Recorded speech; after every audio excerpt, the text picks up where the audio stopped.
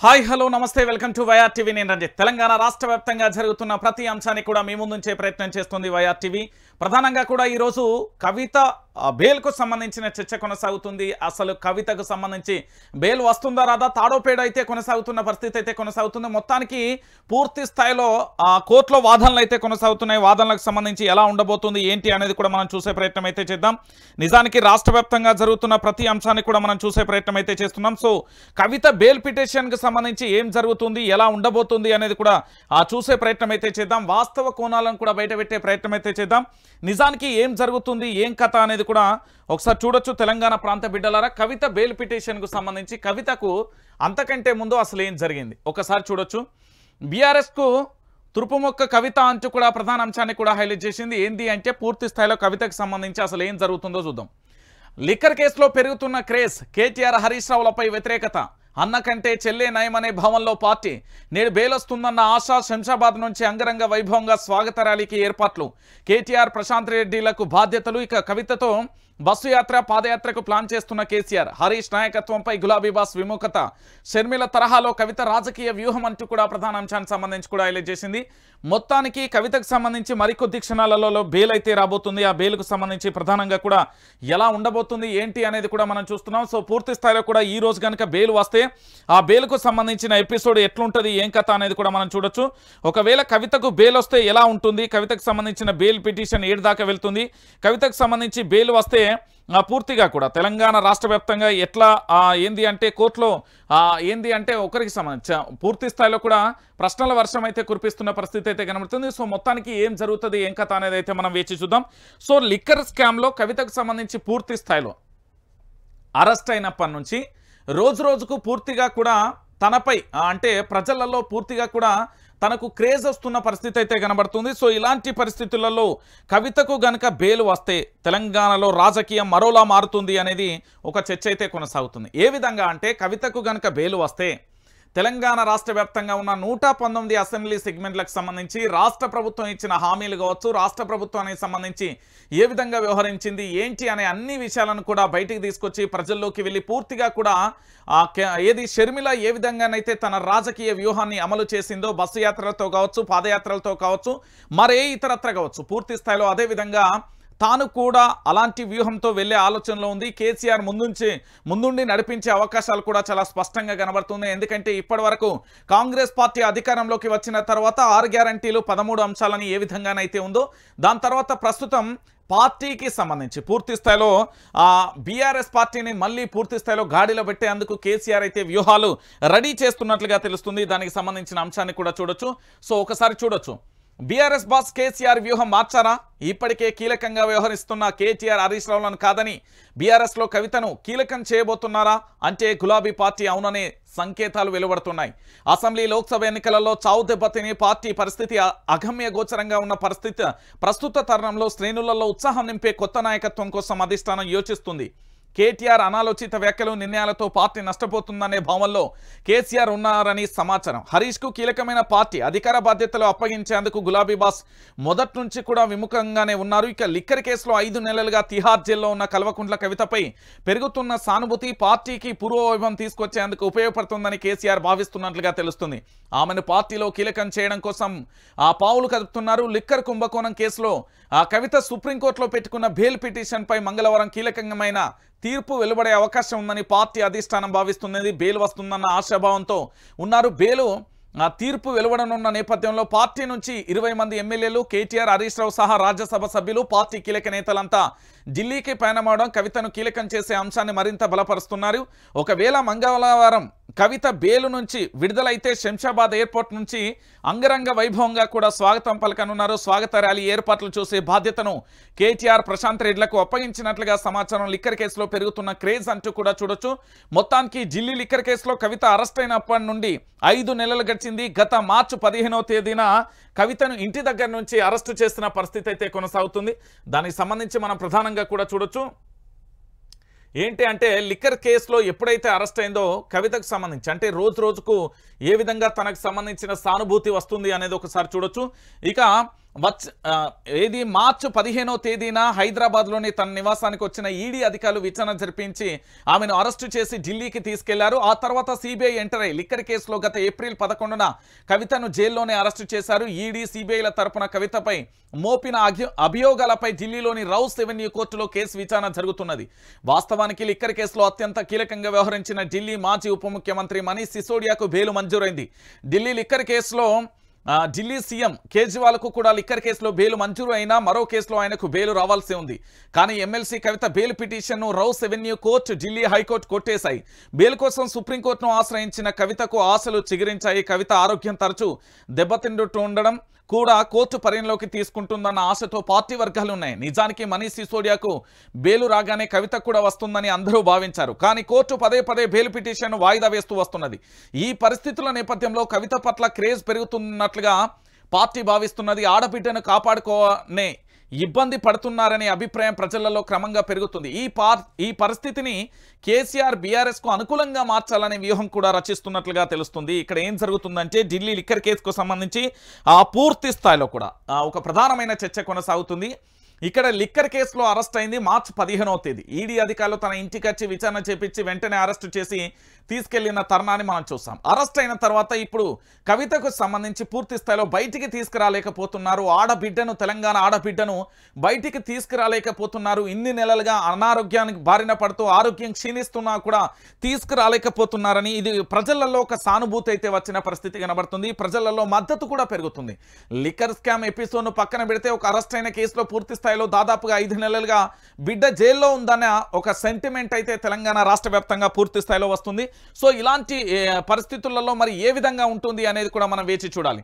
అయితే దీనికి సంబంధించి బస్సు యాత్ర పాదయాత్ర చేయనున్న కవిత రాష్ట్ర రాజకీయాలలో బీఆర్ఎస్ తరపున అత్యంత కీలకంగా వ్యవహరించబోతున్నారు. బీఆర్ఎస్ కు పూర్వవైభవం సాధించేందుకు కవిత ద్వారా బస్సు యాత్ర పాదయాత్ర చేయించేందుకు కేసీఆర్ ప్లాన్ చేస్తున్నట్లుగా తెలుస్తుంది. పార్టీ నేతలందరికీ ఇప్పటికే ఆ దిశగా సంకేతాలను పంపారు. అందులో భాగంగానే ఢిల్లీకి 20 మంది ఎమ్మెల్యేలు, ఎంపీలు, కేటీఆర్, హరీష్ రావు పార్టీ మొత్తం ఢిల్లీలో వాలింది. ఒక్క పార్టీ అధ్యక్షుడు సీఎంకు బెయిల్ వస్తే ఏ రీతిలో స్వాగత ఏర్పాట్లు ఉంటాయో బీఆర్ఎస్ ప్రజాప్రతినిధులు ఆ విధంగా వివరిస్తున్నారు. ఆడబిడ్డగా రాజకీయ విమర్శలు చేయాలన్న ప్రత్యర్థి పార్టీలు ఆలోచిస్తాయన్న ఆలోచనలో కూడా కేసీఆర్ ఉన్నారు. కవిత ఎంపీ కాకముందుకు తెలంగాణ జాగృతి పేరిట తెలంగాణ సంస్కృతి, సాంప్రదాయాలు, సాహిత్యం, బతుకమ్మ వంటి అంశాలతో రాష్ట్ర వ్యాప్తంగా పర్యటించింది. తెలంగాణ మూలాలను స్పృశిస్తూ ఆమె రాజకీయ జీవితాన్ని ప్రారంభించింది. పార్లమెంటు మండలాల్లో సభ్యురాలుగా అనుభవం సంపాదించింది. ఇది ఆమెకు ఉపయుక్తంగా మారనుంది. ఇటీవలే కేటీఆర్ మాట్లాడుతూ కవితకు త్వరలో బెయిల్ రాబోతున్నది. జైలు జీవితం గడిపిన నాయకులు రాజకీయాలలో విశేషంగా రాణిస్తారు అంటూ వ్యాఖ్యానించారు. కవిత బీఆర్ఎస్లో కీలకంగా వ్యవహరించబోతున్నారు అనడానికి కేటీఆర్ వ్యాఖ్యలే సంకేతమని నిలుస్తున్నాయి. వైఎస్ జగన్ జైల్లో ఉన్నప్పుడు షర్మిల రాష్ట్ర వ్యాప్తంగా పాదయాత్ర చేసి పార్టీని కాపాడిన విధంగానే కవిత బీఆర్ఎస్ను కాపాడుతుందనే భావంలో కేసీఆర్ ఉన్నారు. షర్మిల వ్యూహంలోనే కవిత పయనించబోతుంది అంటూ కూడా ప్రధానంగా కూడా చర్చనీయాంశంగా మారుతున్న పరిస్థితి కనబడుతుంది. అంటే పూర్తి స్థాయిలో ఏం జరుగుతుంది అనేది ఒక్కసారి మనం చూద్దాం. మాజీ మంత్రి హరీష్ రావు నాయకత్వంపై కేసీఆర్ అయిష్టంగా ఉన్నట్లుగా తెలుస్తుంది. హరీష్ రావుకు ముందు నుంచి పార్టీలో బాధ్యతలు అప్పగించడానికి అధికారం, నాయకత్వం, పాలసీలకు సంబంధించి ఇక రకరకాలుగా రాస్తారు. ఇంటి మీద పడి ఇక గిట్లనే ఏడుస్తారు అనుకోరాదు. వాస్తవం ఏంది అంటే కవితకు సంబంధించి ఒక సంచలనంగా ఈరోజు అయితే మారబోతుంది. ఒక రాష్ట్ర ముఖ్యమంత్రి జైలు నుంచి ఏ విధంగా విడుదలైతే ఏ విధంగా ఉంటుందో ఈరోజు కవిత విడుదలైతే మాత్రం శంషాబాద్ ఎయిర్పోర్ట్ నుండి ర్యాలీగా పూర్తి స్థాయిలో కూడా తన నివాసానికైతే చేరుకోబోతుంది. రాష్ట్ర వ్యాప్తంగా ఉన్న ఎమ్మెల్యేలు, మాజీ మంత్రులు, దాంతోపాటు ఎంపీలు, మాజీ ఎంపీలు, పార్టీ నాయకత్వం అంతా శంషాబాద్ కూడా వెళ్లే ఆలోచనలో అయితే స్పష్టంగా కనబడుతుంది. సో దీనికి సంబంధించి ఇప్పటి వరకు అయితే కవితకు సంబంధించి బెయిల్ పిటిషన్కు సంబంధించి వాదనలు అయితే ఇంకా కొనసాగుతున్నాయి.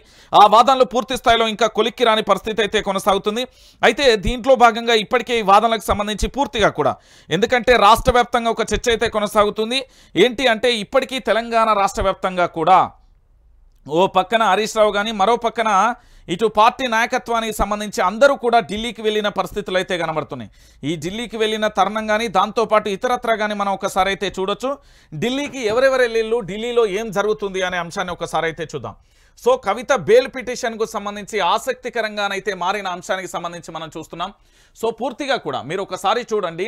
ఇప్పుడు బీఆర్ఎస్కు అత్యంత మరొకసారి పూర్వవైభవాన్ని తీసుకురావడానికి తెలంగాణ ఉద్యమంలో ఏ విధంగానైతే పూర్తిగా కూడా బీఆర్ఎస్ పార్టీ ఏ విధంగా పనిచేసిందో అదే స్థాయిలో తారాస్థాయికి చేరేందుకు మాత్రం తీవ్ర స్థాయిలో కూడా పార్టీ పూర్వవైభవానికి కవితకు సంబంధించి అన్ని రకాలుగా కూడా తన యొక్క శక్తి సరిపోతుంది అంటూ కూడా కేసీఆర్ అయితే అనుకుంటున్న పరిస్థితి అయితే కనబడుతుంది. ఓ పక్కన కేటీఆర్ అయితే ఢిల్లీకి చేరిన తరుణాన్ని చూడొచ్చు, ఇంకో పక్కన హరీష్ రావు కూడా ఢిల్లీకి చేరిన తరుణాన్ని చూడొచ్చు.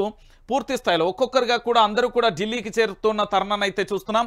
సో ప్రస్తుతానికి సంబంధించి పాడి కౌశిక్ రెడ్డి కానీ మరికొంతమంది కూడా వారి యొక్క న్యాయమూర్తుల ఆధ్వర్యంలో పూర్తి స్థాయిలో కూడా కోర్టుకు హాజరవుతున్న పరిస్థితి అయితే కనబడుతుంది. మరి బెయిల్ పిటిషన్కు సంబంధించి ఎట్లుంటుంది ఏం కథ అనేది కూడా మనం కూడా వేచి చూడాల్సిన పరిస్థితి. ఇటు మరోవైపు రాజ్యసభ సభ్యులు వద్దిరాజ్ గారు కూడా ఉండడం ఢిల్లీకి సంబంధించి పూర్తి స్థాయిలో మరి ఈరోజు ఆ బెయిల్పై విడుదలవుతుందా లేదా అనేది మరికొన్ని నిమిషాలలో మాత్రం తెలుస్తుంది. ఎందుకంటే ఒకవేళ ఈరోజు బెయిల్పై విడుదల కాకపోతే అంటే వచ్చే నెల మొదటి వారంలో బెయిల్పై విడుదలవుతుందని ఒక ఆసక్తికరమైన అంశం అయితే వస్తుంది. ఒకవేళ ఈరోజు అయితే 99% పూర్తి స్థాయిలో ఈరోజు 99% మాత్రం పూర్తి స్థాయిలో బెయిల్ వచ్చే అవకాశాలు అయితే చాలా స్పష్టంగా కనబడుతున్నాయి. మీరంతా చూడొచ్చు, ఎటువైపు చూసినా కూడా పూర్తిగా కూడా కవిత బెయిల్ పిటిషన్ కు సంబంధించి చర్చలు అయితే వాదోపవాదనలు అయితే కొనసాగుతున్నాయి. దీనికి సంబంధించి బీఆర్ఎస్ పార్టీ నాయకత్వం మొత్తం కూడా ఢిల్లీకి చేరుకున్న పరిస్థితి కనబడుతుంది. ఒక పార్టీ అధ్యక్షుడు మినహా అంటే కేసీఆర్ మినహా అందరూ కూడా ఢిల్లీకి చేరుతున్న తరుణాన్ని అయితే చూడొచ్చు. అందరూ కూడా ఢిల్లీకి చేరుకున్న అంశాన్ని ఒకసారి మనం అయితే చూడొచ్చు. దానికి సంబంధించి పార్టీ నేతలు, దాంతో పాటుగా ముఖ్య నేతలు అందరూ కూడా ఢిల్లీకి చేరుకున్నారు. పూర్తిగా కూడా కవిత బెయిల్ పిటిషన్ కు సంబంధించి మరి ఏం జరగబోతుంది అనేది మరికొద్ది క్షణాలలో అయితే మనం వేచి చూడాల్సిన పరిస్థితి అయితే కనబడుతుంది. ఎందుకంటే ఢిల్లీలో పూర్తి స్థాయిలో బీఆర్ఎస్ పార్టీకి సంబంధించిన ముఖ్యులందరూ కూడా ఢిల్లీలోనే ఉన్న పరిస్థితి అయితే కనబడుతుంది. వాస్తవ విషయాన్ని మీరు అందరూ కూడా గమనించాలి. ఢిల్లీకి సంబంధించి పూర్తిగా కూడా ఇప్పుడైతే వాదనలు అయితే కొనసాగుతున్నాయి. బీఆర్ఎస్ పార్టీకి సంబంధించి కవిత రాక కోసం బీఆర్ఎస్ పార్టీ ఎదురు చూస్తుంది అని చెప్పడంలో ఎలాంటి డౌట్ లేదు. దాదాపుగా మీ అందరికీ గుర్తుండే ఉండాలి, దాదాపుగా మార్చి 15వ తేదీన అరెస్ట్ అయిన తర్వాత లిక్కర్ స్కామ్ అనే ఎపిసోడ్ భారీ స్థాయిలో కూడా పేలింది. యావత్తు దేశవ్యాప్తంగా కూడా ఒక చర్చనీయ అంశంగా మారిన పరిస్థితి కనబడుతుంది. ఎందుకంటే ప్రధానంగా తెలంగాణ రాష్ట్రం నుండి కవిత అరెస్ట్ కావడం, దాంతోపాటు ఆంధ్రప్రదేశ్ నుండి చాలా మంది నేతలు అరెస్ట్ కావడం, ఢిల్లీలో ముఖ్యంగా కూడా రాష్ట్ర ముఖ్యమంత్రి కేజ్రీవాల్తో పాటు ఉప ముఖ్యమంత్రి మనీష్ సిసోడియా కూడా అరెస్ట్ కావడం, వారికి బెయిల్ రావడం, దాంతోపాటుగా గడిచిన పరిణామాలన్నీ కూడా మనం చూస్తున్నాం. ఎందుకంటే అక్కడ ఢిల్లీకి సంబంధించిన ప్రధానంగా కూడా మనీష్ సిసోడియాకు బెయిల్ వచ్చిన తెల్లారే మళ్ళీ కవితకు కూడా బెయిల్ వస్తుందని అందరూ ఆశించారు. ఇప్పటికీ తన అనారోగ్యంతో బాధపడుతున్న పరిస్థితి కనబడుతుంది. దాదాపుగా 10 కేజీలు పూర్తిగా కూడా తన బరువును అనేది వెయిట్ లాస్ కావడం జరిగింది. దాంతోపాటు ఇతరత్ర ఏంది అంటే అనారోగ్య సమస్యలు కూడా చుట్టుముట్టిన పరిస్థితి అయితే ఏర్పడింది. సో ఇలాంటి పరిస్థితులలో కవితకు బెయిల్ వస్తుంది అని కూడా అందరూ ఆశాభావం అయితే వ్యక్తం చేస్తున్నారు. దీనికి సంబంధించి ప్రస్తుతం కోర్టులో అయితే చర్చలు, వాదనలు అయితే కొనసాగుతున్నాయి. దీని తర్వాత పూర్తి స్థాయిలో మరి బెయిల్ వాయిదా పడుతుందా, బెయిల్ వస్తుందా, బెయిల్ వస్తే మాత్రం ఒకవేళ ఈ రోజు తెలంగాణ రాష్ట్ర వ్యాప్తంగా కూడా బీఆర్ఎస్ పార్టీ శ్రేణులు మాత్రం స్వాగతం పలకడానికి శంషాబాద్ ఎయిర్పోర్ట్ నుంచి పూర్తి స్థాయిలో ర్యాలీలలో తీసుకురావడానికి వాహనాలు కానీ కటౌట్లు కానీ పూర్తిగా కూడా ఏర్పాట్లు అయితే చేస్తున్న తరుణం అయితే కనబడుతుంది. పూర్తిగా బెయిల్ వస్తుందా రాదా అనే ఒక చర్చ కొనసాగుతుంది. ఒకవేళ బెయిల్ రాకపోతే సెప్టెంబర్ మొదటి వారంలో ఖచ్చితంగా వస్తుందనే నమ్మకం అయితే వారిలో ఉంది. పూర్తి స్థాయిలో ఒక ఆడబిడ్డ ఇన్ని నెలలుగా దాదాపుగా 5 నెలల జైల్లో మగ్గుతూ ఉంటే బెయిల్ తీసుకురాలేని పరిస్థితులలో ఉన్నారంటూ కూడా బీఆర్ఎస్ పార్టీ మీద ఒక అపవాదం అయితే వచ్చింది. కానీ అదే ఇప్పుడు బీఆర్ఎస్ పార్టీకి పునాది కాబోతుంది. పూర్తి స్థాయిలో తెలంగాణ రాష్ట్ర వ్యాప్తంగా కవితకైతే క్రేజ్ అయితే పెరుగుతూ వస్తుంది, మద్దతు అయితే పెరుగుతూ వస్తుంది. కవితను ఏ విధంగానైనా బయటికి తీసుకురండి అంటూ కూడా ప్రజల నుండి కూడా నెటిజన్ల నుంచి కూడా ఒక రకమైన చర్చ అయితే కొనసాగుతున్న పరిస్థితి అయితే కొనసాగుతుంది. సో మొత్తానికి కవిత బయటికి రాబోతున్నారు మరికొన్ని గంటలలో అనేది చర్చ కొనసాగుతుంది. మరి ఏమైతుంది అనేది కూడా మనం కూడా వేచి చూడాలి. ఒకవేళ బెయిల్కు సంబంధించి వాయిదా కనుక పడితే 99% వాయిదా అయితే పడదు. పడకపోతే మాత్రం ఖచ్చితంగా కూడా తాను మరొక తక్కువ మరొక గంటలో పూర్తి స్థాయిలో వాదనలు అయితే పూర్తయితే వాదనలు పూర్తయిన తర్వాత పూర్తిగా కూడా బయటకు వచ్చే అవకాశాలు అయితే చాలా స్పష్టంగా కనబడుతుంది. దీన్ని ఇక్కడితో వద్దాం. దాని తర్వాత కొన్ని వార్తలు చూసిన తర్వాత మళ్ళీ కవిత ఇష్యూలోకి వద్దాం. అసలు ఏం జరుగుతుంది ఒకసారి తెలంగాణలో చూసే ప్రయత్నం చేద్దాం. దాని నుంచి మళ్ళీ కవిత ఇష్యూకు సంబంధించి వెళ్ళే ప్రయత్నం అయితే చూద్దాం.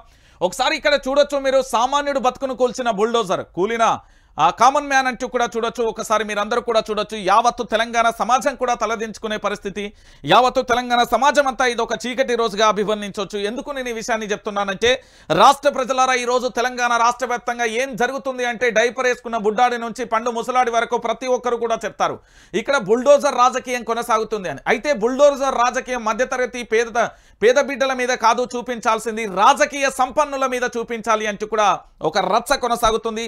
వాస్తవానికి తెలంగాణ రాష్ట్ర వ్యాప్తంగా ఇప్పటి వరకు పొంగులేటి శ్రీనివాసరెడ్డి ఫామ్ హౌస్ దగ్గరికి బుల్డోజర్ వెళ్ళలే. పట్నం మహేందర్ రెడ్డి దగ్గర ఫామ్ హౌస్ దగ్గరికి బుల్డోజర్ వెళ్ళలే.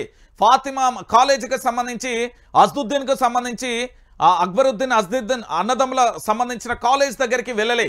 దానితో పాటుగా చాలామంది ప్రముఖులకు V6 వివేక్కు సంబంధించిన ఫామ్ హౌస్ దగ్గరికి వెళ్ళలే బుల్డోజర్లు. కానీ పేద మధ్యతరగతి కుటుంబాలకు సంబంధించి ఏ విధంగా కూల్చేస్తున్నారో మీరందరూ చూడొచ్చు. నేను ఎందుకు ఈ విషయాన్ని చెప్తున్నా అంటే కామన్ మ్యాన్ బతుకులకు సంబంధించి ప్రతి ఓడు ప్రభుత్వం మారినప్పుడల్లా ఈడ ప్రభుత్వం మారుతుంది తప్ప పాలనా వ్యవస్థ మారట్లేదు అనేది యావత్తు తెలంగాణ సమాజం కూడా అంటున్న పరిస్థితి కనగడుతుంది. ఇదే మీ అందరికీ కూడా తెలిసిన విషయమే. సో ఒకసారి చూడండి వీళ్ళ జీవితాలు ఏంది, వీళ్ళ కథ ఏంది అనేది ఒకసారి మీరు అందరూ కూడా చూడాలి. దయచేసి ఒకసారి ఇది ఎక్కడ జరిగింది ఏంటా అనేది చెప్పే ప్రయత్నం చేస్తా. హైదరాబాద్లో కూల్చివేతలు కొనసాగుతున్నాయి. షేర్లింగంపల్లి మండలం పరిధిలోని రాయదుర్గంలో సోమవారం GHMC revenue lead cap TSIIC అధికారులు భారీ పోలీస్ బందోబస్తు నడుమ 3 నివాసాలు 5 నిర్మాణాలు కూల్చివేస్తారు. తాత ముత్తాతల నుంచి నివాసం ఉంటున్న పేదల ఇండ్లను సైతం బుల్డోజర్లతో కూల్చేస్తారు. ఎలాంటి నోటీసులు ఇవ్వకుండా ఉదయం 7 గంటలకే పోలీస్ బలగాలతో వచ్చిన అధికారులు ఇండ్లను కూలగొట్టారు. ఆయా కుటుంబాలు రోడ్డున పడ్డాయి. ఇవి హైడ్రా కూల్చివేతలు కానప్పటికీ ఇలా అకస్మాత్తుగా వచ్చి ఏ విధంగా ఇండ్లను కూల్చేయడంతో రోడ్డున పడ్డ కుటుంబ బాధ వేదనలు చెప్పలేమని పూర్తి స్థాయిలో ఆవేదన వ్యక్తం చేస్తున్నారు. అధికారులు కూల్చివేతలు చేపట్టిన స్థలంపై కోర్టులో స్టే ఉన్నది. అయినా అదేమీ పట్టనట్టు అధికారులు బాధితుల ఆక్రందనల మధ్య ఇండ్లను కూల్చివేస్తారు అంటూ కూడా చూడొచ్చు. పోలీసులకు ఇక్కడ ఉన్న ఏదైతే ఇంటికి సంబంధించిన కుటుంబ సభ్యులకు వాగ్వాదం జరిగింది. పాదాలపై పడ్డారు, కన్నీళ్లు పెట్టుకున్నారు, వేడుకున్నారు. ఇది హైకోర్టులో స్టేలో ఉంది. అయినప్పటికీ మీరు ఏ విధంగా కూలుస్తారు అంటూ కూడా కన్నీళ్లు పెట్టుకున్నా అది జరగని పరిస్థితి కనబడుతుంది. ఇటు మరోవైపు చూడొచ్చు అధికారుల రాక్షసుల్లా ప్రవర్తిస్తున్నారు.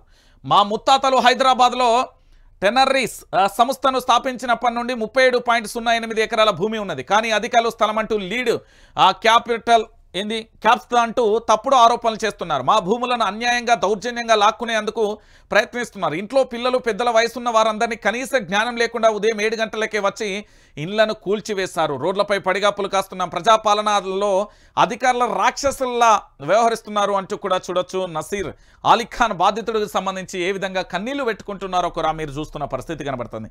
తెలంగాణలో ఇంకొక ఏంది అంటే పూర్తి స్థాయిలో కూడా మీరు అందరూ కూడా ఆలోచించాల్సింది విషయం ఏంది అంటే చాలామంది నన్ను అడుగుతా ఉన్నారు నిన్నట్టుండి ఏందన్నా హైడ్రాకు సంబంధించి ఒక్క మాటలో మాకు చెప్పు అన్నా అని అడుగుతున్నారు. అయితే తెలంగాణ ప్రాంత బిడ్డలారా ఒకసారి ఆలోచించండి.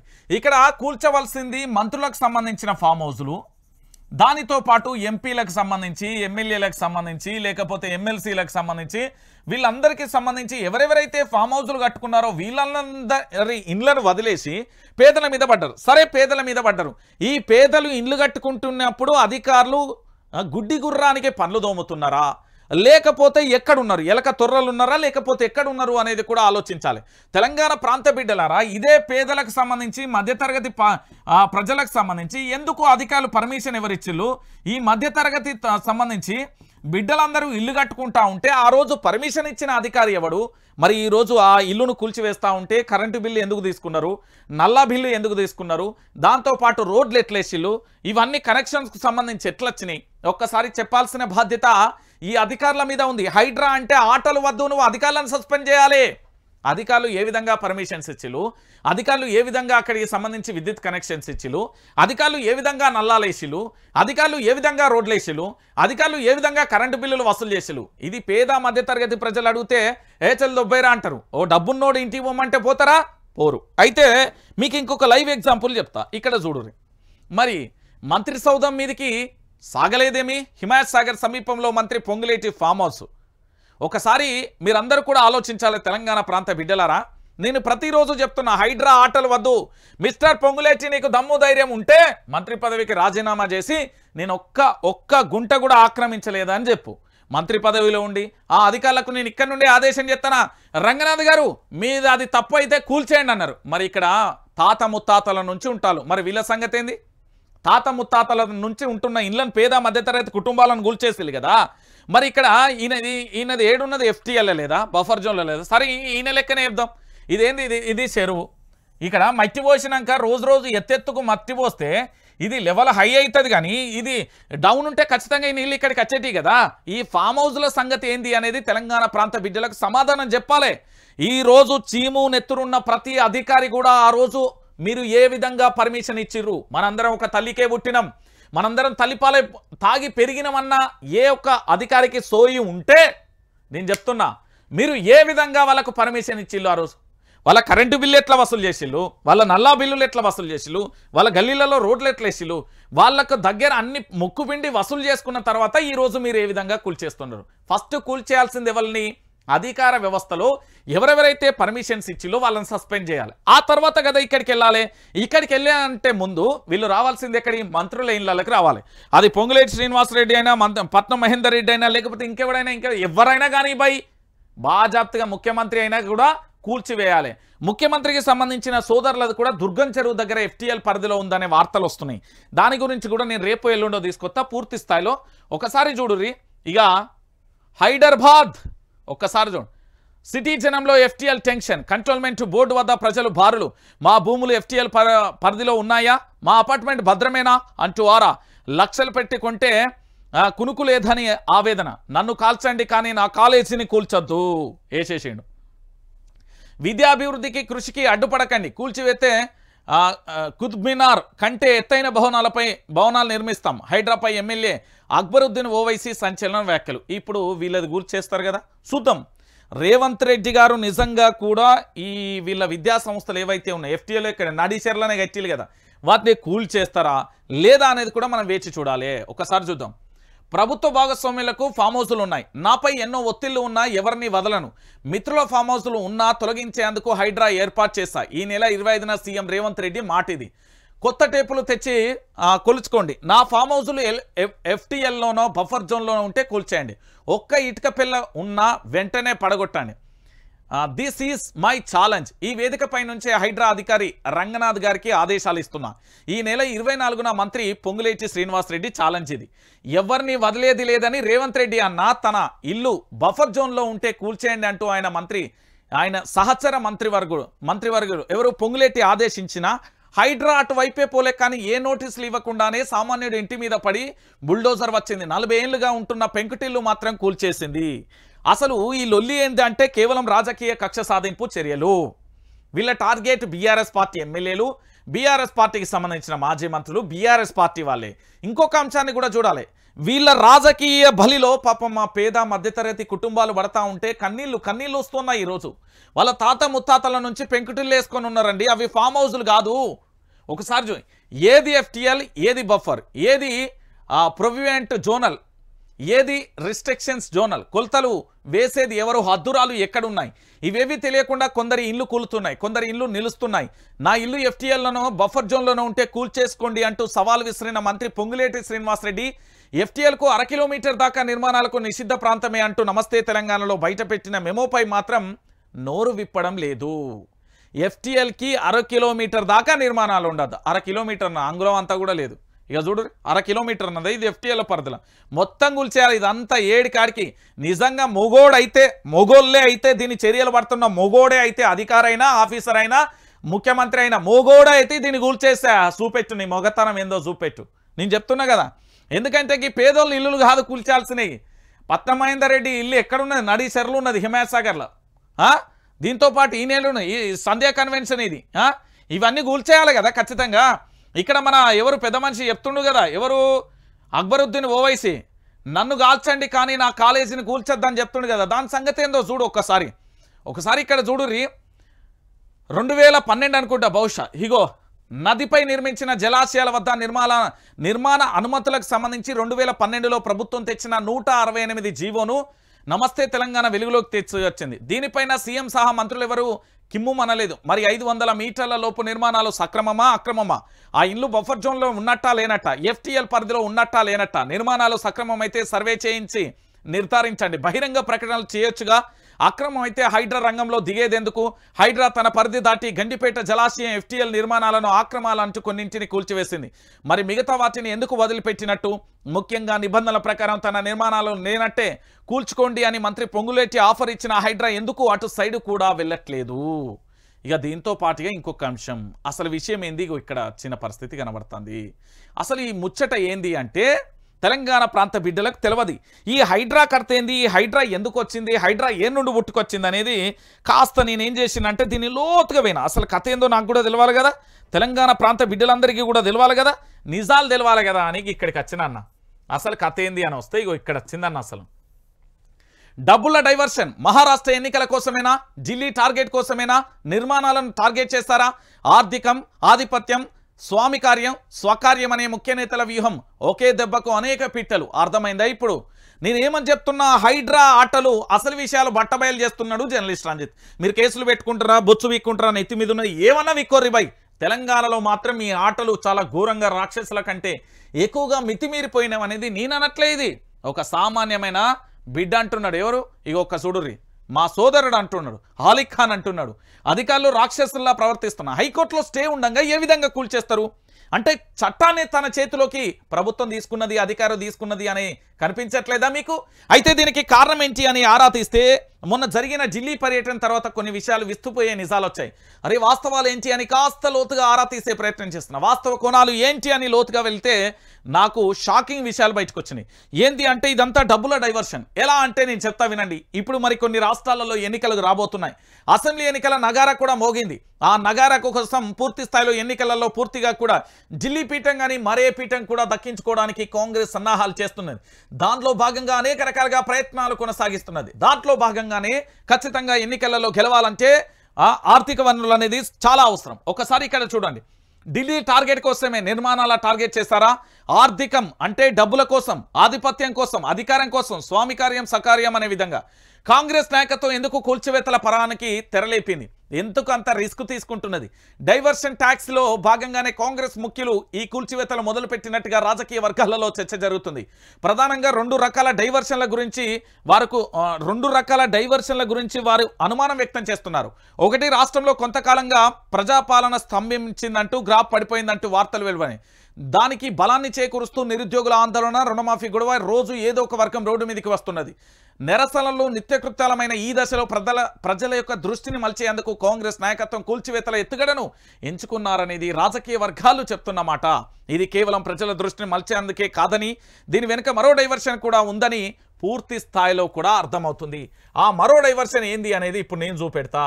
తెలంగాణ ప్రాంత బిడ్డలందరూ కూడా ఆలోచించాల్సిన విషయం ఏంది అంటే, ఇక్కడ తెలంగాణ రాష్ట్ర వ్యాప్తంగా కూడా అర్థం కావాలి. ఏంది అంటే, తెలంగాణ రాష్ట్రం ఏంటంటే పేదోళ్ళ ఇండ్ల మీదకే పోతున్నారు. ఎక్కడికి? అయ్యో ఇగో ఇక్కడ రాష్ట్రాలు చూడు, విశ్లేషకులు అనుమానిస్తున్నారు. అదే మహారాష్ట్ర ఎన్నికలు. త్వరలో మహారాష్ట్ర అసెంబ్లీ ఎన్నికలు జరగనున్నాయి. హర్యానా, కాశ్మీర్ తర్వాత నవంబర్లో మహారాష్ట్ర ఎన్నికలు జరగవచ్చని భావిస్తున్నారు. ఈ దశలో మహారాష్ట్రలో గెలుపు కాంగ్రెస్ అధినాయకత్వానికి అత్యవసరం. అందుకు ఆ పార్టీకి భారీ ఫండింగ్ అవసరం. ప్రస్తుతం రెండు పెద్ద రాష్ట్రాలలో కాంగ్రెస్ అధికారంలో ఉన్నది. ఒకటి కర్ణాటక కాగా మరొకటి తెలంగాణ. రెండు ఆర్థిక రాజకీయ బలమైనవి. ఇక పాలనా పరంగా కర్ణాటకలో ఇప్పటికే దివాలా పరిస్థితులు కనబడుతున్నాయి. వరుసగా వెలుగు చూస్తున్న కుంభకోణాలు, ఛార్జీల మోతా, పెరుగుతున్న ప్రజా వ్యతిరేకత, అవినీతి ఆరోపణలలో పీకల్లోతు కూరుకుపోయిన సీఎం సిద్ధరామయ్య. ముఖ్యమంత్రి ఎప్పుడు మారతాడో తెలియని సందిగ్ధ పరిస్థితి. దీంతో కర్ణాటక నుంచి నిధుల సమీకరణ సాధ్యమయ్యేలా కాంగ్రెస్ అధిష్టానానికి కనిపించడం లేదని ఆ పార్టీ వర్గాలే చెప్తున్నాయి. ఈ క్రమంలో మహారాష్ట్రలో కాంగ్రెస్ ఎన్నికలు ఖర్చు భరించాల్సిన భారం అంతా తెలంగాణపై పడిందని అవి భావిస్తున్నాయి. ఈ మేరకు పార్టీ ఫండింగ్ సంబంధించి కాంగ్రెస్ అధిష్టానం రాష్ట్ర నాయకత్వానికి భారీ టార్గెట్ ఇవ్వడంతో పాటు సమకూర్చాల్సిన ఒత్తిడి చేస్తుందని పార్టీ వర్గాలే చర్చించుకున్నాయి. ప్రముఖులపై ఒత్తిడి. తెలంగాణలోని పరిస్థితి అనుకున్నంత ఆశాజనకంగా ఏమీ లేదు. రియల్ ఎస్టేట్ రంగం పడిపోయింది. దానికి అనుబంధ రంగాల పరిస్థితి అగమ్య గోచరంగా మారిపోయింది. ఇక నగదు చలామణి తగ్గిపోయింది పారిశ్రామిక రంగాలలో. అయితే నిజస్తే అమలుకుంది. ఇక మొత్తం చీకట్లు అలుముకున్నాయి. దీంతో ఆర్థిక వనరులు సమకూర్చడానికి అనివార్యమైన పరిస్థితులలో రాష్ట్ర నాయకత్వం అక్రమ కట్టడాలపై పూర్తి స్థాయిలో కూడా కన్ను పెట్టింది. ఒక్కసారి మీరు అందరు కూడా ఆలోచించాలి. అసలు ఏం జరుగుతున్నది, ఏం కథ అంటే, అప్పులపై బీద అర్పులు చేస్తూ అనుకూలమైన అధికారులు, హైడ్రా రాత్రికి రాత్రే వచ్చింది కాదని కొంతకాలంగా దానికి రంగం సిద్ధం చేస్తున్నారని స్వతంత్ర జర్నలిస్ట్ ఒకరు వ్యాఖ్యానించారు. రంగారెడ్డి, మెదక్, మేడ్చల్, సంగారెడ్డి జిల్లాలో తనకున్న విశ్వసనీయులైన తన మాట చెల్లుబాలు చేసే అధికారులను ముఖ్యనేత ఒకరు కొంతకాలంగా నియమిస్తూ వచ్చారు. కూల్చివేతల పర్వం మొదలైతే అది తన అదుపాజ్ఞలో అధికారులు నడవాలన్నది ఆయన ఉద్దేశం కావచ్చు అని ఆ పాత్రికేయుడు పేర్కొన్న పరిస్థితి కనబడుతుంది. ఇంకొక విషయం ఏంటంటే, పూర్తి స్థాయిలో కూడా ఇక్కడ స్వామి కార్యం సకార్యం పూర్తి స్థాయిలో నేతలలో ఒకరి. మీకు ఇక్కడ అర్థం, కాంగ్రెస్ పరిణామాలు దగ్గర నుంచి గమనించే సీనియర్ రాజకీయ విశ్లేషకులు ఒకరు చెప్పారు. హైడ్రా వ్యవహారంలో టార్గెట్ అయిన నేతలలో ఒకరు పొంగులేటి కాగా మరొకరు వివేక్. ఇద్దరు ఆర్థికంగా బలవంతులు కావడం, ఢిల్లీ నాయకత్వాన్ని ప్రభావితం చేయగలిగి ఉండడంతో వారిని అక్రమ నిర్మాణాల వివాదంలో లాగి ఉంటారనేది కూడా సదరు విశ్లేషకుడి మాట. అర్థమైందా? తెలంగాణ రాష్ట్ర వ్యాప్తంగా అసలు ఏం జరుగుతుంది అంటే ఇది ముచ్చట. ఎన్నికలు జరుగుతున్నాయట, పైసలు కావాలన్నట, అందుకే కూల్చేస్తున్నారట. సింపుల్ ఒక మాటలో. హైడ్రా అంటే ఏంది? రాత్రికి రాత్రే కొంత ఓ అధికారిని తీసుకొచ్చి తన చెప్పు చేతలలో మాటలలో ఉండే అధికారిని తీసుకొచ్చి ఈడేస్తుంది. వేసిన తర్వాత ఏం చేసిళ్ళు ఈరోజు? ఎవడి కొంపను కాల్చడానికి, ఎవరి ఇల్లును నాశనం చేయడానికి, ఏ బిడ్డల చావు కోసం ఇదంతా చేస్తున్నారు. ఒకసారి తెలంగాణ ప్రాంత బిడ్డలందరూ కూడా ఆలోచించాలి. ఇదంతా డబ్బుల డైవర్షన్, ఇదంతా పాలిటిక్స్ కోసం చేస్తున్నారు. నిజానికి చేయదలుచుకుంటే మంత్రుల ఫామ్ హౌస్లను కూల్చేసిన తర్వాత అప్పుడు నేను చెప్తా శబాష్ బిడ్డ అని చెప్తా. కానీ ఈరోజు ఆ పరిస్థితి లేదే. తెలంగాణలో ఏం జరుగుతున్నది అంటే చిన్న పిల్లగాన్ని అడిగినా చెప్తున్న పరిస్థితి కనబడుతుంది. ఇంత దారుణమైన పరిస్థితి మీరు ఎక్కడైనా చూసారా? తెలంగాణ కాకుండా కేవలం మధ్యతరగతి పేదల ఇళ్లను కొన్నింటిని కూల్చేసి, కొన్ని విల్లాలను కూల్చేసి, కొన్ని ఇంటిని కూల్చేస్తే ఏం జరుగుతుంది అంటే అక్కడ నుండి పలానా రంజిత్ ఉన్నాడు, అరే వైఆర్టీవీ పోర్రాబై ఆ దగ్గర మన అక్రమ ఇల్లు ఉన్నాయా కూల్చే అంటే భయపడిపోయి కొంతమంది ఏం చేస్తారు, బ్యాగులు తీసుకుపోతారు. అంటే డబ్బులు తీసుకుపోయి లంచాలు ఇస్తారు. ఆ లంచాలను ఏం చేస్తారు అంటే వీళ్ళు ఢిల్లీ పంపిస్తారు. ఢిల్లీ కానీ ఇతర రాష్ట్రాలలో ఏదైతే ఉన్నదో వాళ్ళ ఫండింగ్ కావాల్సి ఉంటుంది కాబట్టి ఆడికి సమకూర్చడానికి ఇది ఒక లాబింగ్. ఎందుకంటే పరిశ్రమలు నడుస్తలేవు, రియల్ ఎస్టేట్ పడిపోయింది, బిల్డర్లు ఆగమైపోయారు, అన్ని రకాలుగా కూడా తెలంగాణలో నష్టపోతున్నది. ఎప్పుడైతే కల్వకుంట్ల చంద్రశేఖరరావు పార్టీ నుంచి పూర్తి స్థాయిలో దిగిండో అప్పటి నుండి పూర్తి స్థాయిలో కూడా ఇక్కడ అధికారాలకు సంబంధించి ఏది కూడా బిజినెస్ నడుస్తలేదు. జీరోగా పడిపోయిన పరిస్థితి కనబడుతుంది. సో ఈ డబ్బుల రాజకీయం కోసమే ఇదంతా జరుగుతున్నది అనేది తెలంగాణ ప్రాంత బిడ్డలో ఆలోచించాలి. ఇక దానితో పాటుగా మరొక అంశాన్ని కూడా చూడాలి.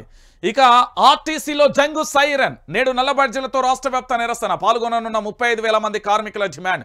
హామీలు అమలు చేయాలని పూర్తి స్థాయిలో డిమాండ్. ఎన్నికల సందర్భంగా కాంగ్రెస్ పార్టీ ఇచ్చిన హామీలను అమలు చేయాలని ఆర్టీసీ కార్మికులు జంగు సైరన్ మోగించారు. మంగళవారం రాష్ట్ర వ్యాప్తంగా నల్ల బ్యాడ్జీలతో నిరసన తెలిపేందుకు సిద్ధమయ్యారు.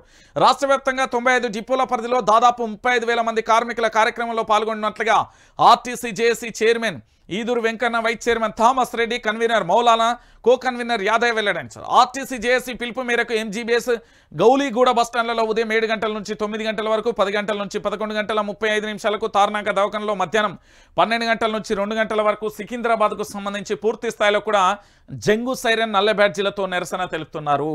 అంటే అప్పుడు కేసీఆర్ ప్రభుత్వం ఉన్నప్పుడు ఆర్టీసీని పూర్తి స్థాయిలో ప్రభుత్వంలో విలీనం చేస్తామంటూ ఒక అంబరాలని అంటే మాట ఇస్తే ఈరోజు అదే ఆర్టీసీ కార్మికులకు సంబంధించి వాళ్ళ యొక్క డిమాండ్లకు సంబంధించి పూర్తి స్థాయిలో ఆందోళన వ్యక్తం చేసే పరిస్థితి కనబడుతుంది. దీనికి సంబంధించి పూర్తి స్థాయిలో మరి ప్రభుత్వం ఎలాంటి చర్యలు తీసుకుంటుంది అనేది కూడా వేచి చూడాలి.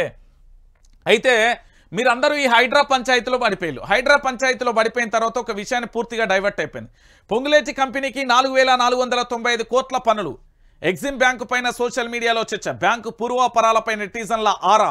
మంత్రి పొంగులేటికి చెందిన రాఘవ కన్స్ట్రక్షన్ కంపెనీ ఆంధ్రప్రదేశ్లో మొత్తంలో 4,495 కోట్ల పన్నులు దక్కించుకున్నది. ఇందులో ఏపీ ఎస్డిఎల్సిఎల్ కింద 2,451 కోట్ల పన్నులు దక్కించుకోగా ఏపీ ఈపీడీసీఎల్ 2,043 కోట్ల పన్నులు చేపట్టింది.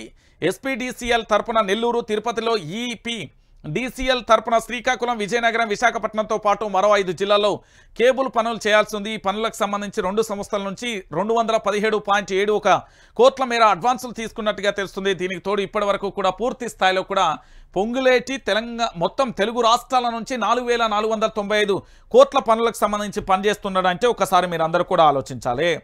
అంటే తెలంగాణ రాష్ట్ర వ్యాప్తంగా ఏం జరుగుతున్నది, ఎట్లున్నది అనేది కూడా ఒకసారి తెలంగాణ ప్రాంత బిడ్డలందరూ కూడా దయచేసి ఆలోచించాలి.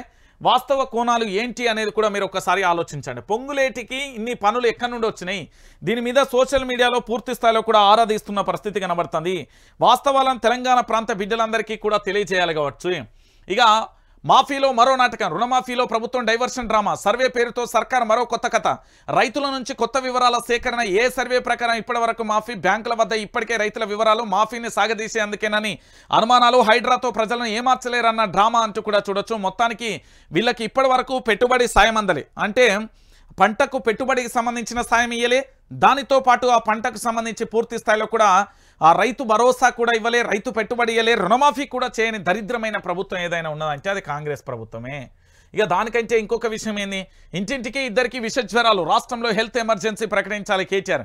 600 కోట్ల మందుల బిల్లులు కూడా పెండింగ్ ఉన్న పరిస్థితి. పిట్టలు రాలంటే రాలుతా అంటే ఏ ఒక్కరు కూడా పట్టించుకుంటలేరు. దీని గురించి కనీసం ఏ ఒక్కరు కూడా పట్టించుకుంటాం పాపాన లేని పరిస్థితి కనబడుతుంది. ఇక దానికి సంబంధించి మనం పెద్దగా చూడాల్సిన అంశం ఉంటుంది కదా. ప్రధానంగా కూడా మీరు ఆలోచించాలి. సారు మాకు డాక్టర్లు కావాలి, ఇగో చూడు, ప్రభుత్వ ఆసుపత్రిలో వైద్యుల కొరతపై స్థానికులు రోడ్డెక్కి ఆందోళనకు దిగారు. ఆసిఫాబాద్లోని జైనూర్ ప్రభుత్వ ఆసుపత్రిలో డాక్టర్లు లేక రోగులకు సరైన వైద్యం అందడం లేదని పలువురు తీవ్ర ఆగ్రహం వ్యక్తం చేస్తున్నారు. ఆదివాసీ మైనార్టీ ప్రజా సంఘాల ఆధ్వర్యంలో ధర్నా నిర్వహించారు. జిల్లా వైద్య అధికారిని వెంటనే సస్పెండ్ చేయాలని ఆసిఫాబాద్కు సంబంధించిన డాక్టర్లు ఇగో ఇట్లున్నాయి. ఒకసారి మీరు అందరూ కూడా ఆలోచించుకోవాలి తెలంగాణ ప్రాంత బిడ్డలారా. నేనేమంటున్నానంటే వైఆర్టీవీ తెలుగు న్యూస్ ఛానల్కి సంబంధించి ఉత్తానే ఆసామాసిగా చెప్తలేదు, వార్తలకు వాస్తవాలను ఫైళ్ళను తీసుకొస్తుంది. ఈరోజు ప్రతి ఒక్కరూ దీన్ని లైక్ చేసుకోరు, షేర్ చేసుకోరు. ఎందుకంటే తెలంగాణ రాష్ట్ర వ్యాప్తంగా జరుగుతున్న ప్రతి అంశాన్ని కూడా మీకు చెప్పే ప్రయత్నం చేస్తుంది వాస్తవాల దృశ్యమే వైఆర్టీవీ. కనుక ప్రతి ఒక్కరు కూడా దయచేసి ఆలోచించండి. కవిత బెయిల్ పిటిషన్కు సంబంధించి మరికొద్ది క్షణాలలో